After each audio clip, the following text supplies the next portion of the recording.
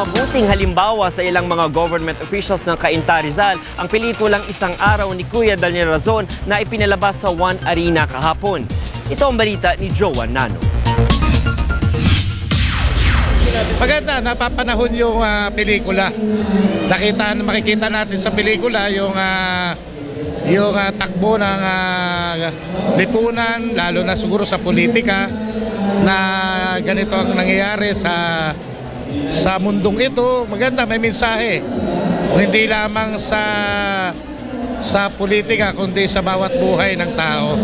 Ito ang pahayag ni Municipal Councilor Alan Tahuna ng Cainta Rizal matapos na mapanood ang pelikulang Isang Araw ni Kuya Daniel Razon. Sinabi ng konsehal na marapat lamang na maihanay ang pelikula sa iba pang movie na napapanood sa mga sinihan dahil sa mabuting mensahe nito lalong-lalo na sa mga kapwa niya opisyal ng pamahalaan.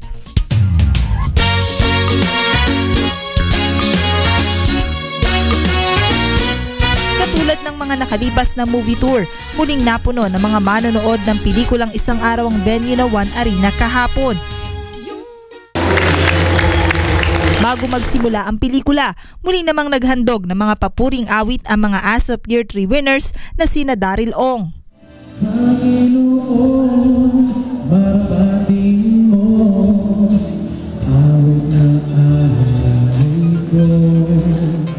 Shane Velasco,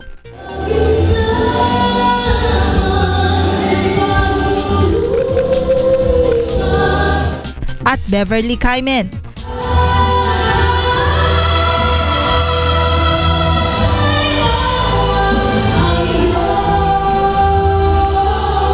Namahagi din ng libreng ASOP CDs para sa ilang manonood. Marami sa ating mga kababayan ang talaga namang nag-enjoy sa panonood ng pelikula, kanya-kanyang tawanan. Habang ang iba naman ay di mapigilang maging emosyonal sa mga tagpong nagpaantig ng kanilang mga damdamin. Matapos ang panonood ng pelikula, ipinahayag ng ating mga kababayan ang kanilang mga natutunang aral. Maganda siya, yung mga values na tsaka parang mirror na tayo sa totoong nangyayari sa bansa natin, yung mga politics. Lagi po natin isipin na gumawa na mabuti sa kapwa kahit gaano pa po kasama yung ginagawa nila sa atin. Isipin pa rin natin yung mga pangako ng Diyos sa atin, mga aral ng Diyos sa atin. Kahit na anong gawing masama sa'yo ng kapwa mo, suklian mo pa rin siya ng mabuti. Dahil darating din naman yung time na hindi sa atin yung, hindi nasa tao yung paghihiganti. Kumbaga nasa kamay talaga ng Diyos. Lubos namang umaasa ang ating mga kasambahay na masusundan pa ang mga ganitong uri ng pelikula ni Kuya Daniel Razon upang patuloy na makapaghatid ng mabuting halimbawa sa ating mga kababayan. Joan Nano, UNTV News Worldwide.